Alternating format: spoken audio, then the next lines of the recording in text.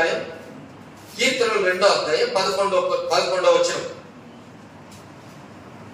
భయభక్తులు కలిగి యెహోవాను సేవించుడి, భయభక్తులు కలిగి యెహోవాను సేవించుడి, గడగడ వణకుచు సంతోషించుడి. 10వ వచనం పోండి ఇప్పుడు పైన. కాబట్టి రాజులారా వివేకుల యునుడి, భూపతులారా బోధ. కీర్తన రాసినటువంటి మహారాజు భక్తులు రాసినటువంటి కీర్తనలో మనం చూస్తుంటే దేవుని యొక్క మాటలు ఏమంటారంటే, కాబట్టి రాజులారా. రాజులంటే ఎవరో రాజులు కాదు, ఇప్పుడు మనమందరం కూడా రాజులను. బైబిల్ మనకి బాగా చెప్తుంది కదా, మీరు యాజకులు, రాజవంశస్థులు, ఇశ్రాయేలు ప్రజలు, స్వకీయులు. సో ఇటువంటి వారిని మనం మన స్థానమానాన్ని గుర్తు చేసుకుని భయభక్తి అనేది మనం నేర్చుకోవాలి. చాలా సార్లు మనం ఏం చేస్తామంటే ఏదో ప్రజలు కనిపించినా భయభక్తులాగా నటిస్తూ ఉంటాం, ఏదో మందిరానికి వచ్చినప్పుడు భయభక్తులాగా నటిస్తూ ఉంటాం. దేవునికి నువ్వు ఒంటరి ఉన్నప్పుడు భయభక్తిలాగా ఉండేదే దేవునికి కావాలి.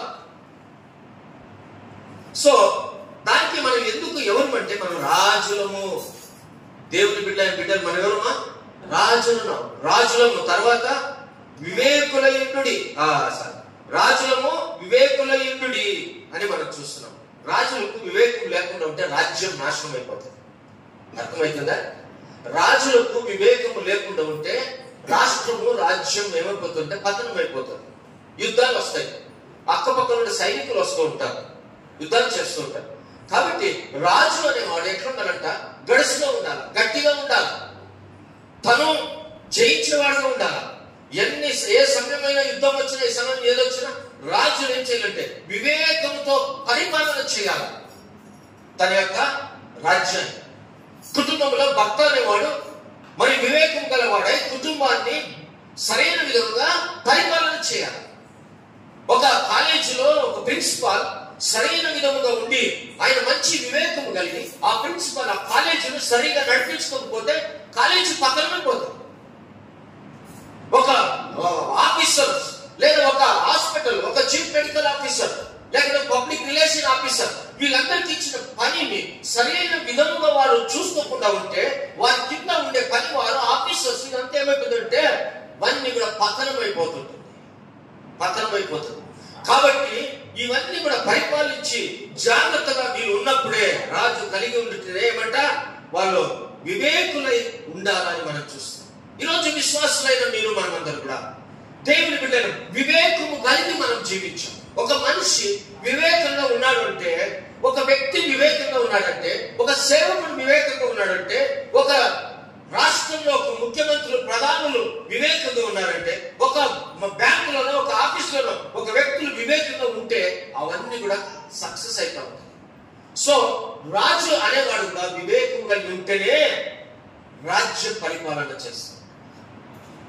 కాబట్టి నేను ఆదిత్య ఫైనాన్స్ అనేటువంటిది ఒక భద్రావతిలో అప్పుడు ఓపెన్ చేసింది 1990లో. నేను ఇంకా అప్పుడు దుబాయ్కి పోలేదు. అప్పుడు నేను ఇంకా ఫస్ట్ ఇయర్ పియూసీ అక్కడ నేను మొన్న పోయినప్పుడు చూస్తుంటే అక్కడ ఆ టైంలో 5,000 రూపాయలు డిపాజిట్ చేసి నేను ఆదిత్య ఫైనాన్స్ చేసి అది బాంబే వాళ్ళు వచ్చి చేసినట్టు నాకు అసలు ఏం తెలియదు. ఏదో మన మగవాళ్ళంతా సున్ని వెళ్ళ యాకపోతే ఇది పోయి దీనికి చేరుకోను 500 రూపాయలు నెలకి ఇస్తారు. సో ఈ పని చేస్తుంది వాళ్ళు. నాకు కూర్చొని అన్ని అకౌంట్స్ అంత తెలియటం లేదు, కష్టంగా ఉండేది. అప్పుడేం చేసిండ్రు, నువ్వు ఫీల్డ్గా వస్తావా, ఏజెంట్గా వస్తావా, నువ్వు ఇంతమంది ఇంతమంది మెంబర్స్ బ్యాంకుకి నువ్వు ఇంతమంది చేర్పి అడ్వైజ్ చేసి నాకు అంత బ్రోచర్ ఇచ్చి అన్ని ఇచ్చేస్తావు. సో ఒక ఛాలెంజ్ పెట్టారు. ఏం పెట్టారంటే, నువ్వు 100 మందికి చేసినావంటే నీకు పిఆర్ఓకి చేస్తాము. నువ్వు అప్పుడు షిమోగా డిస్ట్రిక్ట్ లక్కొల్లి ఈ పక్కంతా కూడా నువ్వు పిఆర్ఓ ఉంటావు.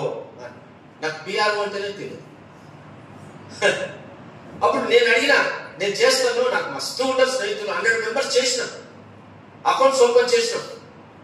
తర్వాత పిఆర్ఓ ఇచ్చింది. నాకు పిఆర్ఓ అంటున్నారు. పిఆర్ఓ అంటే ఏమో నాకు అర్థమే కావటం. నేను దాన్ని అడిగి అది అప్పుడు నుంచి మనసులో పెట్టాను, పబ్లిక్ రిలేషన్ ఆఫీసర్ అని. ఓకే. సో సిఓ లేదంటే సీఎం అంటే ఏం అర్థం కాదు. చీఫ్ మెడికల్ ఆఫీసర్ సీఎం అంటూ ఇవన్నీ కూడా వివేకం కలిగి ప్రతి ఒక్కరు చదువుకున్న వారితో నేర్చుకున్నాను. నేను నేర్చుకున్నాను. అప్పుడు నాకు తెలిసింది పిఆర్ఓ అన్నట్టు ప్రమోషన్ ఇచ్చింది. ఆ ప్రమోషన్ ఇచ్చిన 3 నెలలకి ఆ బ్యాంక్ ఎత్తగడైంది. లేకపోయింది బ్యాంకే లేకుండా రాత్రిలోనే మేము అంత హుషారుగా భద్రాద్రిలో ఎక్కడ మొత్తం బ్రాంచ్ అంత ಶಿವಮೊಗ್ಗ డిస్ట్రిక్ట్ లో మొత్తం 15 ಬ್ರಾಂಚ್ చేసినారు. ಅಪ್ಪ ಹೊರಗಡೆ ಕರ್ಕೊಂಡು ಮಗುನ ಅಲ್ಲೇ ನಿನ್ನಿಂದ ಬೇರೆಯವರು ವಾಕ್ಯ ಕೇಳ್ತಿಲ್ಲ. ಹಿಂದೆ ಒಂದು ಒಳ್ಳೆ ಚೇನಂತ ಫ್ಯಾನ್ ಹಾಕೊಂಡು ಕೂತ್ಕೊಳ್ಳಮ್ಮ. అర్థమవుతుందా? సో నేను చెప్పే విషయం ఏమంటే వివేకము అనేది దేవుని యందు మనకు కలుగుతుంది. అందరికి 100 మందికి అకౌంట్ ఓపెన్ చేసినాం. 100 మంది కూడా మా సైకస్ అకౌంట్ వచ్చే స్టార్ట్ చేసాం. ఎట్లా దేవుని తెలియదు అప్పుడంతా 25 రూపాయలు 50 రూపాయలు ఆ టైంలో అట్లా ఓపెన్ చేస్తాం. వీళ్ళు అందరికీ డబ్బులు ఇస్తే ఏదో జరిగింది కష్టపడిస్తాం. అది ఒక ప్రైవేట్ బ్యాంక్. ఈ రీతిగా మనం అందరం కూడా వివేకము సంపాదించాలి. కానీ ఈ బ్యాంకు మునిగిపోతుందా, ఈ బ్యాంకు ఆదిత్య ఫైనాన్స్ ఉంటుందా లేదా అని ఆ వివేకం మాత్రం ఎవరికి తెలియదు. అక్కడ ఉండే మా మేనేజర్ పుస్తకం ఉండే ఎస్ఏ మేమంతా అక్కడ కలిసి ఈ బ్యాంకు ప్రైవేట్ బ్యాంకు ఇది చాలా రోజులు ఉండదు, ఇది మునిగిపోతుంది అని ఎవరికి వివేకం లేదు. మాకు ఏదో బాగా చేసిండు, మంచి చేంబర్ వేసినారు, మంచి చూసేది వల్ల మంచి బ్యాంక్ లాగా ఉంది, చాలా మంది పనులు తీసుకున్నారు, అందరికీ డబ్బు తీసుకున్నారు, అందరికీ పనులు ఇస్తున్నారు, క్రమంగా ఒక సంవత్సరం జీతం ఇచ్చినారు. సంవత్సరం 2 నెలలు అవుతున్నాగానే ఒక్కొక్కటి లేకుండా రాత్రిలోనే అన్ని విడిచిపెట్టి ఆ బ్రాంచ్ అందరూ వెళ్ళిపోయారు. మా మొత్తం ఏదైనా కేసు వేసిండు, స్టేషన్ వేసిండు, అవన్నీ సెకండ్, అది వాక్యంలో కాదు. కాబట్టి వివేకము ఉండి కొంతమంది మంచి పనులు చేస్తాము, వివేకము లేకుండా కొంతమంది మంచి పనులు చేయము. మనందరూ కూడా రాజులను వివేకులై ఉండాలి. భూపతులారా బోధనందుడి అని మనం చూస్తాం.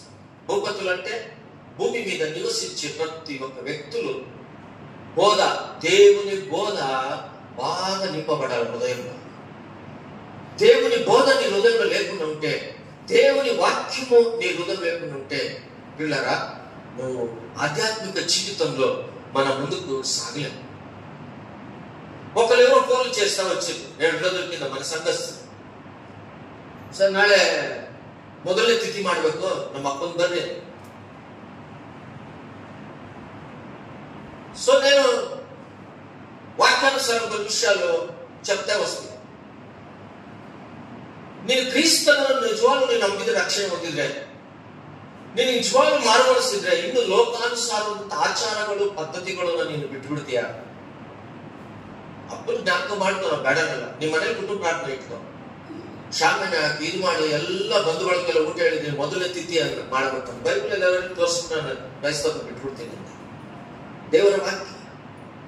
ಇವೆಲ್ಲ ನಾವು ಇನ್ನೂ ಆಚಾರ ಪದ್ಧತಿಗಳಲ್ಲೇ ಕ್ರೈಸ್ತರು ಜೀವಿಸ್ತಾ ಇದ್ದಾರೆ, ಇನ್ನು ಅನಾಚಾರ పద్ధతుಗಳಲ್ಲಿ క్రైస్తవులు జీవిస్తారు, ఇంకా పాత పద్ధతులు క్రైస్తవుల జీవితంలో ఉన్నాయి. మార్చుకున్నామా? పాత పద్ధతులు మారుతున్నాయా? అమావాస్యలు విడిచిపెట్టామా? పుణ్యం విడిచిపెట్టామా? ఈ రోజు ప్రతిరోజు దేవుడు మనకి ఇచ్చినది ప్రతి ఒక్కటి శ్రేష్టమైనటువంటి దినం. ప్రతి ఒక్కటి కూడా ఓకే, నీ వాళ్ళని ఇంటిలో చనిపోయిన మంచిది, నువ్వు వాళ్ళు జ్ఞాపకం చేసుకో, కుటుంబ ప్రార్థన పెట్టుకో. కానీ నేను తిథి ఎవరు నీకు మాట ఎవరు చేస్తాను ప్రభు ఎరగను జ్ఞాపకం ఊరంతా తెలుసుకోవాలన్నమాట. 20-30 ఖర్చు పెట్టి ఎవరు దేవుని వాక్యం ఇవన్నీ లేవు. ఎవరు చెయ్యరు కంటే వాక్యము తెలిసిన వారు ఏ రీతిగా చేయను ఆ రీతిగా చేస్తారు.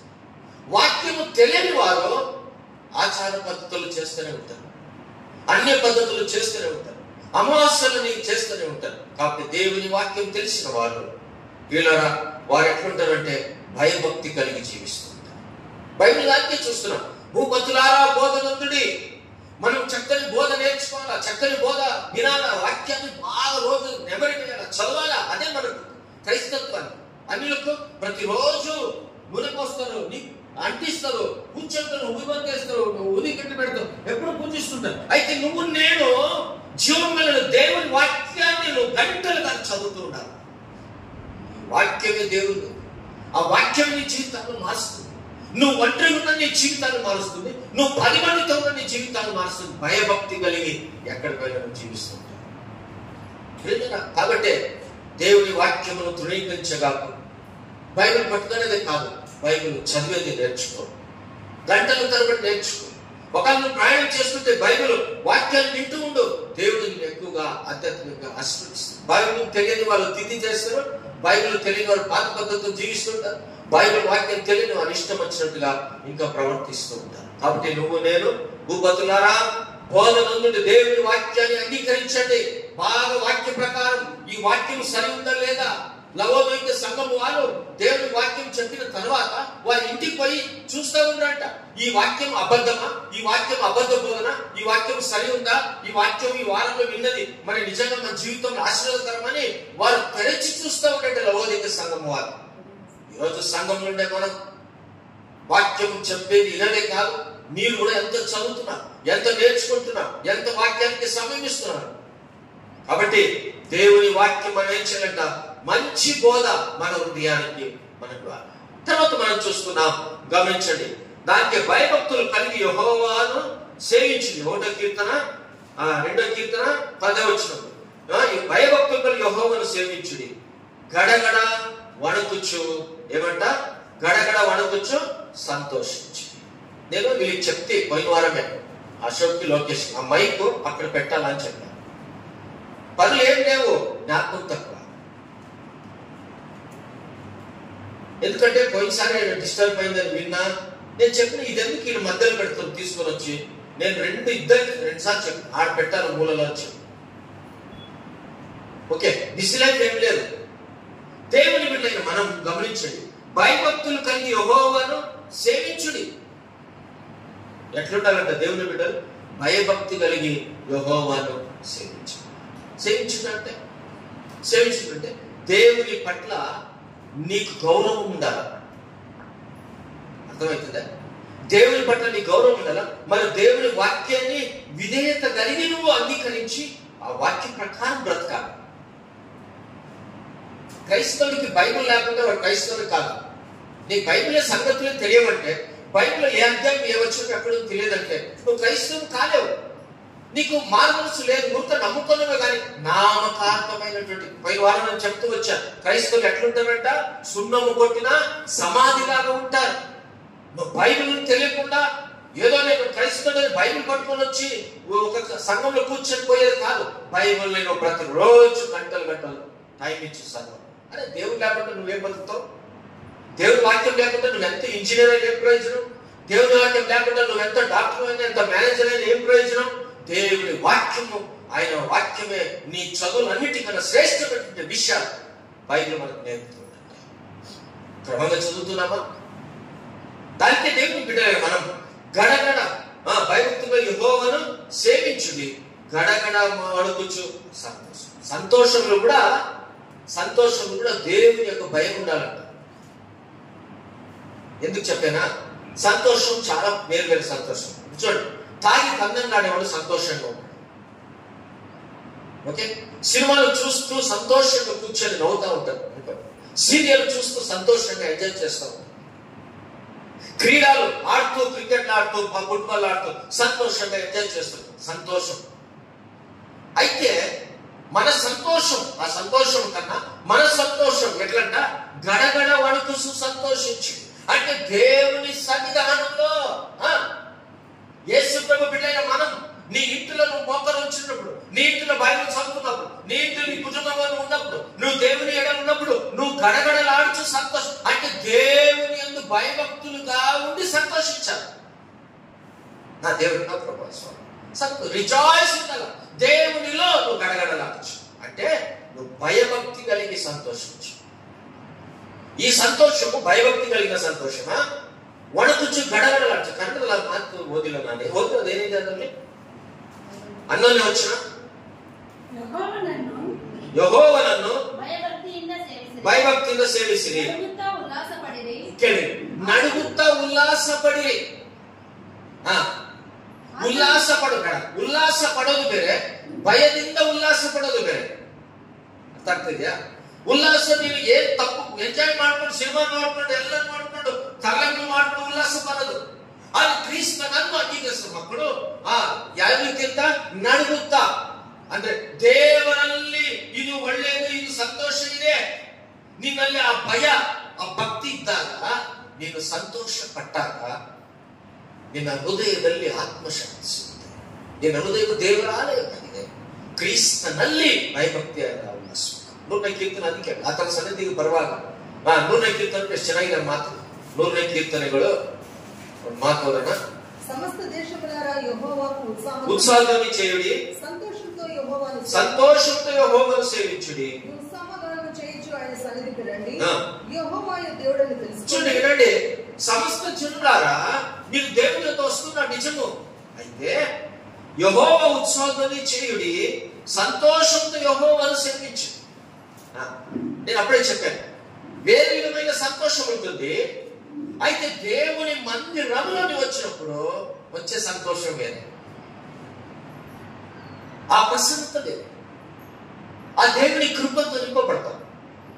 దేవుని యొక్క ఆనందం, వాక్యం వింటుంటే ఆనందం, వాక్యం వింటుంటే భయభక్తి, వాక్యం వింటుంటే ఏదో ఒక దేవుని యొక్క స్పర్శ మనతో మాట్లాడుతూ ఉంటుంది. వాక్యం వింటుంటే నిన్ను దేవుడు హెచ్చరిస్తూ ఉంటాడు. నీ జీవితాన్ని మారుస్తూ ఉంటాడు. నా జీవితాన్ని దేవుడు మారుస్తాడు. ఈ బాయి కత్తి అంటే నన్ను నిన్ను పొడుస్తూ ఉంటుంది ఈ బాయి కత్తి. కాబట్టి దేవుని సన్నిధానానికి నువ్వు వస్తున్నప్పుడు యెహోవాను సేవించుడి, ఉత్సాహగానము చేయించు. ఆయన సన్నిధికి రండి.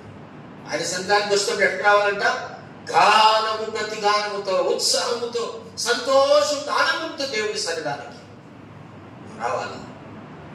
ఏదో బేజారు చేసుకుని వచ్చేది, అయ్యో చూద్దాంలే అని వచ్చేది, అయ్యో గడిబిడి చేసుకుని వచ్చేది. దేవుని సన్నిధానానికి నువ్వు ఎట్లా రావాలా? ఉత్సాహంతో, ಸಿದ್ಧಪಡಿ ಪ್ರಾರ್ಥನೆ ಪೂರ್ವಕ ನಾನು ಇವತ್ತು ದೇವರ ಸನ್ನಿಧಾನಕ್ಕೆ ಹೋಗ್ತಾ ಇದ್ದೀನಿ, ನಾನು ಆರಾಧನೆಗೆ ಹೋಗ್ತಾ ಇದ್ದೀನಿ. ಸ್ವಾಮಿ, ನಾನು ಬರಿಗೈಯಲ್ಲಿ ಬರಬಾರ್ದು.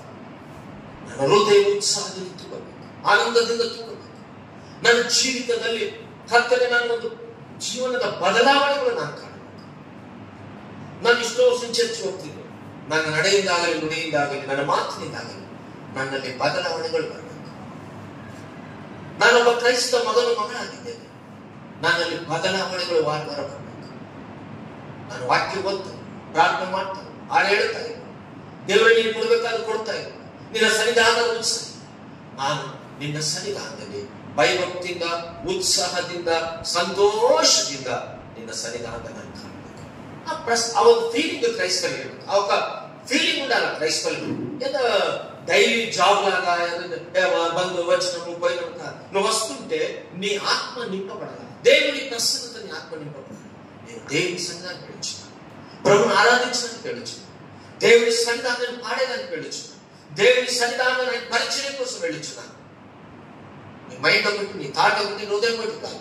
నువ్వు ఆయన సన్నిధానానికి వస్తున్నప్పుడు నువ్వు ఎట్లా ఉండాలంట? సంతోషంతో దేవుణ్ణి సేవిస్తూ గడగడలాడచ్చు. దేవుణ్ణి నువ్వు సంతోషపడాలి. ఏంటో మనం చూసుకున్నట్లే టైం అయిపోయింది. దయచేసి గమనించండి. మనం గమనిస్తున్నప్పుడు మన భయభక్తితో దేవుని సన్నిధానానికి వస్తున్నప్పుడు అదే సామెతలు, దయచేసి 2వ అధ్యాయం, దయచేసి సామెతలు 2వ అధ్యాయం 1 నుంచి 2, 3 వచనాలు చదువుకుందాం. నీవు నా మాటలను అంగీకరించి నా ఆజ్ఞలను ఎదురు దాచుకుని ఎడల, జ్ఞానమునకు నీవు చెవియొగ్గి హృదయపూర్వకముగా వివేచన అభ్యసించిన ఎడల, తెలుగుకై మొరపెట్టిన ఎడల, వివేచనకై మనవి చేసిన ఎడల, వెండిని వెతికినట్లు దాని వెతికిన ఎడల, దాచబడిన ధనమును వెతికినట్లు దాని వెతికిన ఎడల, యెహోవా యందు భయభక్తులు కలిగి ఉంట ఎట్టుదో నీవు గ్రహించదవు. యెహోవా యందు భయభక్తులు కలిగి ఉండుట ఎట్టిదో నీకు అప్పుడు అర్థమవుతుంది. ఎప్పుడు అర్థమవుతుంది? పై వచనాలు చదివారు కదా, వాటి ప్రకారం ఉన్నప్పుడు పై వచనాలు ఏంటో నేను ఆ వచనం చదివి మళ్ళా నేను పైకి పోతాను. 5వ వచనం ನೋಡಿ, ಕನ್ನಡದಲ್ಲಿ ಒಬ್ಬರು ಹೋದ್ರೆ, ಆಗ ನೀನು ಯೆಹೋವನ ಭಯವನ್ನು ಅರಿತು దైవ జ్ఞానವನ್ನು పಡೆದುಕೊಳ್ಳುವೆ. తెలుగులో ఏముందంటే గ్రహించలేవు, దేవుని గూర్చిన విజ్ఞానము నీకు లభించదు. చూడండి, దేవుని గూర్చి నువ్వెన్ని డిగ్రీలు చేసినా, నువ్వెంత చదివినా, ఇక్కడుండే జ్ఞానము, ఇక్కడుండే తెలివి, ఇక్కడుండే జ్ఞానం ప్రపంచంలో ఏ పుస్తకం కూడా నీకు ఇవ్వదు. ఏ డబల్ డిగ్రీ, త్రిగల్ డిగ్రీ కూడా నీకు ఇవ్వదు. దేవుని కూర్చున్న జ్ఞానము నీకు కావాలి. ఏంటి దేవుని కూర్చున్న జ్ఞానం? అస్సలు పరిశుద్ధమైన దేవుడు ఎటువంటి వాడో నీకు తెలుసా? వాక్యంలో ఏ వచనాలు ఎక్కడ నీకు తెలుసా? దేవుని కూర్చున్నటువంటి ప్రతి వారము క్రైస్తవులు అనుకున్నాం. మనం బైబిల్ గురించి, బైబిల్ సత్యాలు మనకు తెలుసా? చదువుకున్నామా? దేవుని గూర్చిన జ్ఞానం ఎంత మంచిదో మనం చూస్తున్నాం తెలుగులో. మీకు దేవుని గూర్చిన విజ్ఞానం మీకు లభించును. మనం ఈ లోక సంబంధిత జ్ఞానం, విజ్ఞానం ఆలోచిస్తుంటాం. సమయం ఉంటే బైబిల్ ఉంటాం, సమయం ఉంటే ఈ యొక్క లోకంలో వేరే వేరే విధాలుగా మనం జీవిస్తాం. సమయం ఉన్నప్పుడు ఎంతో టైం మనం వేస్ట్ చేస్తాం, బైబిల్ ఉంటాం. కాబట్టి నీవు భయభక్తిగా ఉంటే, నీ యెహోవాను భయభక్తి కలిగి ఉండుట నీవు ఎట్టిలో గ్రహిస్తావు. నీకెప్పుడు ఆ గ్రహికే అంటే ఆ తెలివి వస్తుందంటే, పైన సొలొమోను రాసిన విషయంలో దేవుని మాటలు ఏం చూస్తాడు? నా కుమారుడ లేక నా కుమార్తె వినండి, నీవు నా మాటలు అంగీకరించి నా ఆజ్ఞను నీ యొద్దకు దాచుకొని నడలా. పక్కలేసుకోండి, భయభక్తి కలిగి నీకు నేర్చుకో. కింద అదే వచ్చింది, అన్నిటికీ ఒకే కోటింగ్. భయభక్తి కలిగి యెహోవా యందు నీకు భయభక్తి ఉంటుంది. ఎట్లుంటుంది? నా కుమారుడా, నా కుమార్తె, లేక నా పిల్లలారా, ఎట్లంట? నీవు నా మాటలు అంగీకరించి నా ఆజ్ఞలను నీ యొద్ద దాచుకొని నేడలా. దేవుని మాటలను వింటున్నావా? దేవుని మాటలు నువ్వు నిజంగా హృదయపూర్వకంగా వింటున్నావా?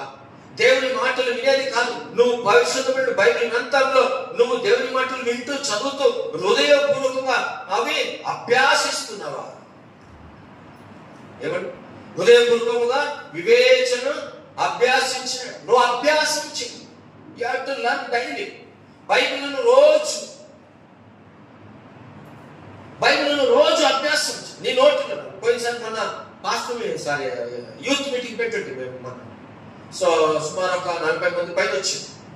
నేను ఒక్కొక్కరికి చెప్పాను, ఎవరైనా 5 వచనాలు చెప్తే మీకు ₹100 బహుమానం ఇస్తాం, చూడకుండా చెప్పాలా. ఎవరు లేటం లేదు. ఒక 2 లేస్తారు, అది కూడా చిన్న చిన్న చెప్తున్నారు. పిల్లడా, బైబిల్లో ఉండేటువంటిది వాక్యము చూడకుండా, బైబిల్ చూడకుండా 5 అధ్యాయాలు 5 వచనాలు ఎవరైనా చెప్పండి కాదు. దానికి నెక్స్ట్ 10వ తారీఖు మే 10వ తారీఖు చెప్పాను, 10 వచనాలు బైబిల్ చూడకుండా ఎవరు చెప్తారో వారికి మేము ₹200 మీకు ఎంకరేజ్మెంట్ ఇస్తున్నాం. కనీసం ఆ ₹200 కన్నా నేర్చుకుంటారు ఏమొచ్చు. అది కూడా చెప్పారు. చిన్నవి కాదు, మళ్ళీ 200 ఇచ్చేది. ఏమే సన్న వెళ్ళిపోయాడు, ఏదంతా సన్న వచ్చింది బైబిల్ అతి సన్న వచ్చిన ఆదాయం ఏసు కన్నీరు సార్ యోగ స్వార్థంగా ఏసు కన్నీరు పెట్టారు. ఆ దేవుడు అంత సన్న అట్టాంటి కాదు, కరెక్ట్ గా సుమారు 30 వర్డ్స్ అన్నా ఉండాలి, చెప్పాలి. యవనస్తులకి ఈరోజు యవనస్తులు బైబిల్ తెలియదు, యవనస్తులు బైబిల్ కంఠపాఠం లేదు, యవనస్తులకి దేవుని భయం అంటే భక్తి లేదు, చదవడానికి టైం ఉండదు. ఏదో కుటుంబ ప్రార్థన చదువుతాం కదా అయిపోయింది అనుకుంటారు. అసలు టైం ఉన్నప్పుడు బైబిల్ చదవరు. ఎప్పుడు చూసినా మొబైల్ అంటారు. కొంతమంది తల్లిదండ్రులు కంప్లైంట్ చేస్తారు. అన్న చెల్లెలు అక్క తమ్ముళ్ళు చెప్తారు, ఎప్పుడు చూసినా సీరియల్ చూస్తుంటారు అంటారు, ఎప్పుడు చూసిన సినిమాలు చూస్తుంటారు అంటారు. ఏమంటే బైబిల్ చదవాలి. బైబిల్ చదువుతున్నామా పిల్లలు? కాబట్టి దేవుని మాటలు నువ్వు అంగీకరించిన నీ యొద్దకు దాచుకొని నెడలా నువ్వు భయభక్తిగా ఉంటావు. 2వ వచనం, జ్ఞానమునకు నీ చెవి యొక్కి హృదయపూర్వకముగా వివేచన అభ్యాసించడలా. ఏమంటే ఇప్పుడు నీ జ్ఞానం ఎక్కడ దొరుకుతుంది? బైబిల్ చెప్తుంది. నీ జ్ఞానం ఎక్కడ దొరుకుతుందమ్మా? ఎక్కడ దొరుకుతుంది జ్ఞానం? ఎక్కడ? జ్ఞానమునకు నీవు చెవి యొక్కి హృదయపూర్వక వివేచన అభ్యాసించడలా, తెలివికై మొర్ర పెట్టినలా, వివేచనకై మనవి చేసినడలా. ఏమంట? దేవుడు నీకు జ్ఞానాన్ని ఇస్తాడు. మీ జ్ఞానాన్ని దేవుడు దయచేస్తాడు. ఎప్పుడు? లాస్ట్ లో చదివారు. ఏమన్నప్పుడు ఏం చదివారు? యెహోవా యందు భయభక్తులు కలిగి ఉండుట ఎట్టిలో నీవు ఇవన్నీ కూడా గ్రహిస్తావు. నీకు జ్ఞానం కావాలా? దేవుని భయభక్తులు. నీకు విజ్ఞానం కావాలా? దేవుని భయభక్తి కలిగి. నీకు తెలివి కావాలా? దేవుని భయభక్తి కలిగి. నువ్వు మనం ఇప్పుడు ప్రార్థించి సొలొమోను ఏం చదివినాడు? సొలొమోను ఆ రోజు డిగ్రీ కాలేజ్ ఉండేనా? ఏం లేవు. ఏం అడిగాడు? దేవుని కడ జస్ట్ మొర్ర పెట్టాడు, ప్రార్థన చేస్తాడు, జ్ఞానం ఇచ్చింది. దావీదు ఏం చేసిన? దావీదు ఎక్కడైనా బీటెక్స్ హైదరాబాద్కో బెంగళూరుకో ఏమైనా బైబిల్ కాలేజ్ పోయి వచ్చిందా? పోయినా లేదే? దానికి గొర్రెలు కాస్తున్నాడు. అసలు 1వ క్లాస్ కూడా చదివినట్టు బైబిల్లో లేదు. అప్పుడు స్కూళ్ళు కూడా లేవు నాకు తెలిసినట్టు. స్కూల్ కూడా లేవు ఆ కాలంలో. దానికి మహారాజు పరిపాలన, వేల కొలది మంది రాజ్యం రాష్ట్రాలు అక్కపక్కల ఉండేవాడి మీద యుద్ధం చేస్తున్నాడు. ఎంత జ్ఞానము, జ్ఞాపశక్తి ఎవరిచ్చిండు? ఆ జ్ఞానమే ఇక్కడ రాసుకున్నాడు. మనం అనుకుంటున్నాము, అయ్యో మనం అన్ని ఎగ్జామ్ రాస్తే, ఇంత చదివితే, అంత చదివితే, అంత చేస్తే మన జ్ఞానం అని. ఆ జ్ఞానం కన్నా ఇంకా శ్రేష్టమైన జ్ఞానం, వివేచన దేవుడు నీకు బైబిల్లో నీకు దాచిపెట్టి నడిస్తాడు. బైబిల్ చదువుతారు. దానికి ఎన్నోసార్లు మొత్తుకుంటే మన యవనస్తులకి రోజు ಜ್ಞಾನೋಕ್ತಿ ದಿನ ಉಂಟದ ಅಧ್ಯಾಯ ಓದ್ರಿ, ದಿನ ಅಧ್ಯಾಯ ಓದ್ರಿ, ನಿಮಗೆ ಒಳ್ಳೆ ಜ್ಞಾನ ಬರುತ್ತೆ, ಒಳ್ಳೆ ವಿವೇಚನೆ ಬರುತ್ತೆ. ಓದಲ್ಲ. ಇವತ್ತು ಕ್ರೈಸ್ತರು ಫೇಲ್ ಆಗ್ತಿರೋದು ಕಾರಣ ಏನು? ಎಲ್ಲಿ ಫೇಲ್ ಆಗ್ತಿದ್ದಾರೆ? ఇప్పుడు క్రైస్తవం పడిపోయేదానికి కారణమే, క్రైస్తవులకు భయభక్తి లేక కారణమే బైబిల్ను చదవటం లేదు. 78% ఒక భక్తుడు రాస్తాడు మన ఇండియాలో 78% అంట బైబిల్ క్రైస్తవులు చదవటం లేదంట. మొత్తం చర్చికి వస్తారు, పోతారు. ఒక వచ్చిన మనం చూస్తాం ఎంత సమయం. కాబట్టి ఆ రోజుల్లో సొలొమోను రాజు డిగ్రీ చేయలేదు, దేవుడిని అడుగుకున్న జ్ఞానం కావాలి, రాజ్యం పరిపాలించి సొలొమోను కన్నా జ్ఞానం కలదు. మీకు చెప్పాను, శ్రీబాదేశపు రాణి ఎత్తులాడుకుని వచ్చి సొలొమోను ఎంత జ్ఞానం దేవుడిచ్చింది. దావీదు వాళ్ళ తండ్రికి జ్ఞానం లేదు, పాపం 2వ క్లాస్ కూడా చదవలేదు, స్కూల్లో కూడా లేవు అప్పుడు. ఏ గవర్నమెంట్ కూడా అట్లీస్ట్ గవర్నమెంట్ స్కూల్ కూడా కట్టలేదు అప్పుడు. ఇప్పుడు అన్నీ ఉన్నాయి. ఇలా దేవుడు ఇచ్చింది జ్ఞానం. నువ్వు అనుకుంటున్నావు నాకు చదువులేదు, నేను ఇంతే, నేను బైబిల్ చదువులేను, నేను ప్రార్థన చేయలేను, వీళ్ళంతా చదువుకోను లేక నాకు ఎక్కడ జ్ఞానం వస్తుందని. నీ అంతా నా అంత ఊర్పులు ఇవ్వలేదు అట్లా అనుకోండి. దేవుని వాక్యం స్పష్టంగా చెప్తుంది, నువ్వు మోకాళ్ళ చిప్పుడు కాడడుకో, నాకు జ్ఞానం కావాలని సొలొమోనుకి ఇచ్చిన, దావీదుకి ఇచ్చిన. 6 సంవత్సరాలు యెహోవాషు చిన్న వయసులో రాజయ్యాడు. ఇట్ ఇస్ ట్రూ, ఏదో కథ కాదు. అతల్ల వంటి దాన్ని సంపాదనుకున్నప్పుడు యెహోవాషును తీసుకొని వచ్చి ఎక్కడ పెట్టింది? దేవుని మందిరంలో దాచిపెట్టింది. చిన్న వయసు నుంచి పుట్టినాల నుంచి 6 సంవత్సరాలు దేవుని మందిరంలో యెహోవాషు పెరిగాడు. 6 సంవత్సరాలు దేవుని సన్నిధానంలో ఉంటాడు. యెహోవాషు దేవుని యొక్క యాజకుడైన యెహూదా కాడ తనేం చేసిండట? నేర్చుకున్నాడు దేవుని సన్నిధానం. 6 years ఒక రాజ్య పరిపాలన చేశాడు యెహోవాషు. ఎవరిచ్చిన జ్ఞానం? ఏ స్కూల్, ఏ కాలేజీకి పోయినాడు? ఎక్కడికి పోలే, దేవుని మందిరంలో ఆయన ప్రభు కాడ భయభక్తి కలిగి ప్రార్థన చేసి అడుగుకున్నాడు, జ్ఞానం ఇచ్చాడు. చాలా సార్లు మనం నేనేం చదవలేదు, ముసలి అయిపోయినా, మేము మట్టిలో మేము చదువుకోలేదు, గవర్నమెంట్ స్కూల్ అని అంటాం. నువ్వు దేవుని కాడ మొర్ర పెట్టినప్పుడు, బైబిల్ చదివినప్పుడు, ప్రార్థన చేసినప్పుడు దేవుడు నీకు చక్కని జ్ఞానాన్ని ఇస్తాడు. కానీ నువ్వేం చేస్తావు? జ్ఞానాన్ని పొందుకుంటాం లేదు, లోక సంబంధమైన జ్ఞానాన్ని నువ్వు పొందుకుంటున్నావు. లోక సంబంధమైనటువంటి సినిమాలు, ఆలోచనలు, ఈ లోకం విషయంలో నువ్వు పోరాడుతున్నావు, అంతేగాని నువ్వు బైబిల్ విషయంలో పోరాడటం లేదు, సేవ విషయంలో పోరాటం లేదు, దేవుని విషయంలో పోరాటం. దానికి ఎన్నో కుటుంబాలకు రోజు సమాధానం. ఎందుకంటే ఆ కుటుంబాల భార్య భర్తలు కూర్చొని బైబిల్ చదవటం లేదు. ఎన్నో కుటుంబాల్లో ఈ రోజు నెమ్మది లేదు. కారణం ఆ ఇంట్లో పరిస్థితుల్లో బైబిల్ గ్రంథం లెక్కల పడి ఇంట్లో ఉండే వారందరూ ఒక్కొక్కరు ఒక్కొక్క సమయం చదువుతుంటే దేవుని ప్రసన్నత ఇంటి మీద వస్తుంది. బైబిల్ చదవక జ్ఞానాన్ని పోగొట్టుకుంటున్నాం, బైబిల్ చదవక అవివేకంగా జీవిస్తున్నాం, బైబిల్ చదవక నామకార్థ క్రైస్తవులు బ్రతుకుతున్నాం, బైబిల్ చదవక నీకు భయభక్తి పుట్టడం లేదు, బైబిల్ చదవక నీ స్నేహితుల కంటే నీ బంధువుల కంటే పోయినప్పుడు నీ మనసును చెడగొట్టుకుంటూ ఉన్నావు. బైబిల్ చదివినప్పుడు నీకు ఎక్కడికి వెళ్ళిన భయభక్తి ఉంటుంది. హల్లెలూయా. ఎక్కడికి వెళ్ళిన భయభక్తి ఉంటుంది. మొత్తం 5 బైబిల్ లేవు. ఓకే, చూద్దాం దయచేసి ఇంకొక మాట మనం చూసుకుందాం. 4వ వచనం, వెండిని వెతికినట్లు దాన్ని వెతకని ఎడల, దాచబడిన ధనములు వెతికినట్లు దాన్ని వెతికి ఎడల, యెహోవాను భయభక్తులు కలిగినట్టు ఎట్టిగా నీవు గ్రహించదువు, దేవుని కూర్చుని విజ్ఞానం నీకు లభించు. ఎంత మంచి మాట అండి, ఎంత మంచి. 4వ వచనంలో వెండిని వెతికినట్టు దాన్ని వెతికిన ఎడల. వెండి అంటే ಬೆಳ್ಳಿ. ನೀವು ಹೋಗ್ತಾ ಇರ್ತೀರ ಅನ್ಕೋ, ಅಲ್ಲಿ ಹೋಗ್ತಾ ಹೋಗ್ತಾ ಒಂದು 10 ಜನ ನಿಂತ್ಕೊಂಡು ಏನಪ್ಪಾ ಅಂದ್ರೆ, ಸರ್ ಇದೆಲ್ಲ ಭೂಮಿಲಿ ಬೆಳ್ಳಿ ಇದೆ, ಎಲ್ಲ ಕಳ್ಕೊಂಡ್ಬಿಟ್ಟಿದ್ದಾರೆ, ಬಂಗಾರ ಇದೆ ಕಳ್ಕೊಂಡ್ಬಿಟ್ಟಿದ್ದಾರೆ, ನೀವು ನಿಂತ್ಕೊಂಡು ನಾನು ನಿಂತ್ಕೊಂಡು ನೋಡ್ತೀವಿ. ಯಾಕೆ? ಹುಡುಕ್ತಾ ಇದ್ದಾವೆ, ನಮ್ಗೇನೋ ಸಿಗುತ್ತೆ ಅಂತ. Just for example. అయితే ఎట్లంట, వెండిని ఎదకినట్లు దాని వెతికిన దేవుని వాక్యం వెండి కన్నా శ్రేష్టమైనటువంటిది, బంగారు కన్నా శ్రేష్టమైనటువంటిది, వజ్రాల కన్నా శ్రేష్టమైనటువంటిది. కాబట్టి దేవుని వాక్యం ధనము కన్నా శ్రేష్టమైనది. ధనముని ఎదుర్కొని ఎక్కడెక్కడ పోతాం, డబ్బులు సంపాదించాలని ఎన్నెన్నో ప్రయత్నం చేస్తాం, డబ్బులను బాగా పోగు చేయాలని ఎన్నెన్నో కష్టపడతాం. ధనమును వెతికినట్లు నువ్వేం చేయాలంట, దానిని వెతికినట్లు ఏం వెతకాల? ఏం వెతకాలండి? వెండి బంగారం వెతికినట్లు, ధనమును వెతికినట్లు ఏం వెతకాల? ఆ జ్ఞానాన్ని వెతకాలి. ఎక్కడ దొరుకుతుంది ఆ జ్ఞానం? దేవుని యందు భయభక్తులు కలిగినటువంటి బైబిల్లో చదువుతారు. ఈ బైబిల్ నీకు భయభక్తి కలిగి బైబిల్ను వెండిని ఎదికినట్లు బైబిల్ ఉండే మాటలను వెతకాలి. ఇది బైబిల్ ఉన్నటువంటిది దాచబడిన సొమ్ము. దేవుని వాక్యము వెతుకుతూ ఉండాలి. వెండిని వెతికినట్లు, డబ్బును వెతికినట్లు, బంగారు వెతికినట్లు నేర్చుంటే ప్రతి బైబిల్లో ఉన్నటువంటి విషయాలు వెతికినప్పుడు జ్ఞానము దేవుడు నీకు లభిస్తుంది. ఎంత మంచిది, ఎంత మంచిది దేవుడు ఇస్తాడు.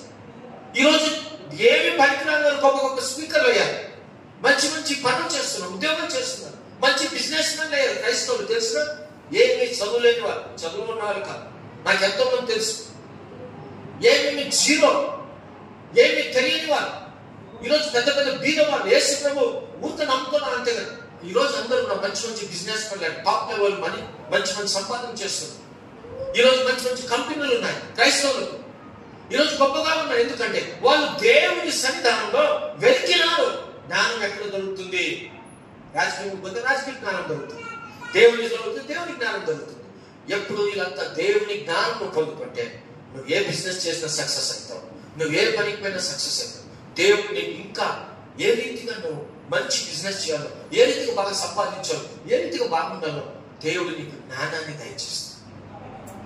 జ్ఞానము నీ సొంత. అందుకే మనం చూసి నీ స్వబుద్ధిని ఆధారం చేసుకొనక యెహోవా మీద భయభక్తి కలిగిన వారు ధన్యులు. నిన్న స్వబుద్ధిని ఆధారం ಮಾಡಿಕೊಳ್ಳದೆ యెహోవాని భయభక్తి ఉన్నವರು ధన్యులు. చాలా సార్లు మనం ఏం చేస్తాం, దేవుని మీద ఆధారం కలగం. దేవుని మీద ఆధారం కలగం. ఎన్ని దెబ్బలు తిన్నా కూడా బ్రతుకు మారటం లేదు. మనం కొన్నిసార్లు ఎన్ని సమస్యలు వచ్చినా ఒక యాక్టివిటీ మారటం లేదు, ఒక మాటలు స్వభావం మారటం లేదు. ఏమి నేను నా జీవితంలో నేను ఏమి చేసేసానంటే ఎట్లుండాలి? కొన్నిసార్లు చాలా బలహీనం. ఎస్ స్వామి కాబట్టి మనము ఒక్కరి మీద నానా విధంగా అనేకమైనటువంటి విషయాలు చెప్తూ చెప్తూ జీవిస్తూ పోతూ మనమే కూలిపోతుంటాం. మనం ఒక శత్రువును ప్రేమిస్తుంటే నువ్వు నేను బాగుపడతాను. నేను వాక్యం అదే చెప్తుంది, నిన్ను వల్ల నీ పొరుగు వారినే ప్రేమించు, నీ శత్రువులను ప్రేమించు. మనం ఇంకా శత్రుత్వం పట్టుకొని ఇంకా మనము క్షమించలేకుండా ఇంకా ఏదో దేవుడి బిడ్డలతో హృదయంలో పరిశుద్ధత లేకుండా మనం జీవిస్తుంటే అవే మనకు ఉల్టా అవుతూ ఉంటాయి, అవే మనకు సమస్యలు పెరుగుతూ ఉంటాయి పిల్లరా. కాబట్టి దేవుడి బిడ్డలైన మనం ఏం చేయాలంట? మూర్ఖతనాన్ని విడిచిపెట్టి మన జ్ఞానం కలిగి మనము దేవుడి బిడ్డలో జీవిస్తుంటే, యెహోవా యందు భయభక్తి కలిగి ఉంటే నీకు దేవుడు జ్ఞానాన్ని ఇస్తాడు, ఐశ్వర్యాన్ని ఇస్తాడు, వెండిని ఇస్తాడు, అన్ని దేవుడు ఇస్తాడు. అయితే నువ్వు దేవుని విషయాల్లో జాగ్రత్తగా బ్రతకాల. రెండో మాట మనం చూసుకుందాం, టైం అయితే వస్తుంది. కీర్తన 22-23 చూడండి దయచేసి. కీర్తన 22-23.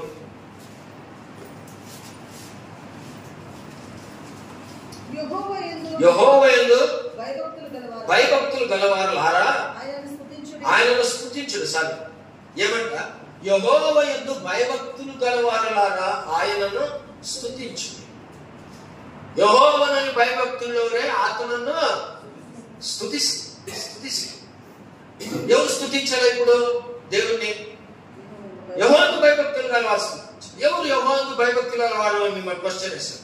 ఎవరు యెహోవాకు భయభక్తులు గలవారు? ప్రభు నమ్మిన బిడ్డలైన మనమే. మనందరూ కూడా యెహోవా యందు భయభక్తులు కలిగి ఆయనను మనం స్తుతించాలి. స్తుతించే దాంట్లో కూడా డిఫరెన్స్ ఉంది. కొంతమంది ఏదో ఊరుకూరుకని దేవుని స్తుతించు, కొంతమంది ఊరుకూరుకని దేవుని ఆరాధించు. అన్ని దేవుని యొక్క భయభక్తి లేకుండా స్తుతించేది. అయ్యో భయభక్తి లేకుండా ఆరాధించు, భయభక్తి లేకుండా మనం ఏం చేస్తాం? దేవుని సన్నిధిలో ఉండేది అది కాదు. నువ్వు దేవుని ఎట్లా స్తుతించాలి? భయభక్తి కలిగి స్తుతించు. నువ్వు ఒక మినిస్టర్ కాడికి పోతా ఉంటే నువ్వు ఎలా నాకేందో ಚೆನ್ನಾಗಿದೆ అంటే పోతావా? ఒక ప్రిన్సిపాల్ కాడికి పోవాలంటే ఏం ప్రిన్సిపాల్ అని పోతావు? లేదే. ఒక బ్యాంక్ మేనేజర్ పోవాలంటే ఏం సార్ అని పోతాడా? పోవే. ఎట్లా పోతావు? వినయముతో భయభక్తి కలిగి సార్ సార్ యేసు ప్రభు బిడ్డలైన మనం దేవుడి నువ్వు ఎట్లా దేవుని కాడికి ఎట్లుండాలి? భయభక్తి కలిగి రావాలి. భయభక్తి కలిగి దేవుని స్తుతించాలి.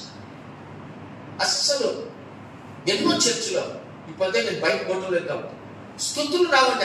5 సంవత్సరాలైనా 10 సంవత్సరాలైనా 20 సంవత్సరాలు ఇప్పటికీ దేవుడు స్తుతించట. ఇప్పుడు దేవుడిని మహిమపరచు. ఆయన దేవుడు అంటే నీ కడుపులో నుంచి దేవుడిని స్తుతించు. అంత స్తుతి యజ్ఞాలు దేవుడికి చేయాలి. దేవుని బిడ్డ స్తుతించు, గణపరచు, ప్రార్థన చేయండి. నోరు కూడా నాది ఇంకా ప్రార్థన చేసేదాన్ని. మైక్ ఇచ్చిన కూడా వినపడదు ప్రజలకు ప్రార్థన చేసేదాన్ని. బైబిల్ చదువు అంటే కష్టం. ఏమి మీరు ఆధ్యాత్మికంగా పెరుగుతున్నారు? ఇంత పాట పడతాయిందా? ఆధ్యాత్మిక జీవితంలో మీరు ఏమి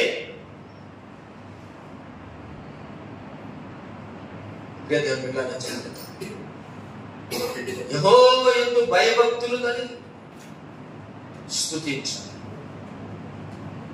పురుషులు స్తుతిస్తున్నప్పుడు స్త్రీలు దేవుని సన్నిధానంలో కన్నీరుతో ప్రభుని స్తుతించు. నీ కన్నీరు దేవుడు చూస్తాడు. నీకు ఏది విరుద్ధంగా ఉందో అవి దేవుడు నీకు చూసేవాడైతే. నీ రోగం, నీ కష్టాలు, నీ బాధలు దేవుడు చూసేవాడైతే. నువ్వు దేవుని సన్నిధానం స్తుతించేది నేర్చుకో. ఎక్కడిగా భయభక్తి కలిగి స్తుతించాలి. తర్వాత మనం చూసుకుందాం.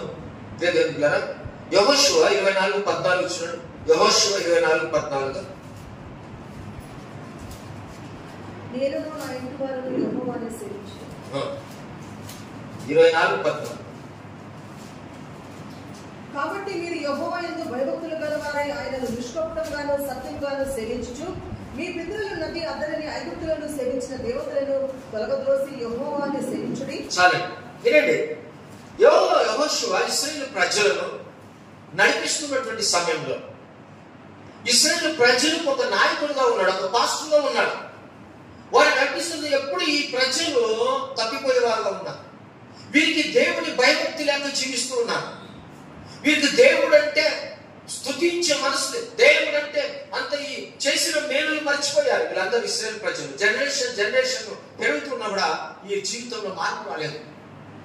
అప్పుడు యెహోషువ చాలా ఒక పాస్టర్గా ఉండి నా బాధపడి చెప్తున్నారు. కాబట్టి మీరు యెహోవా యందు భయభక్తులు గలవారై ఆయనను నిష్కపటముగాను సత్యముగాను సేవించుచు మీ పితరుల నది అద్దరికి ఐగుప్తు సేవించిన దేవతలు తొలగద్రోసి యెహోవాను సేవించు. అంటే ఇశ్రాయేలు ప్రజలకు కూడా అడ్డం ఉంది.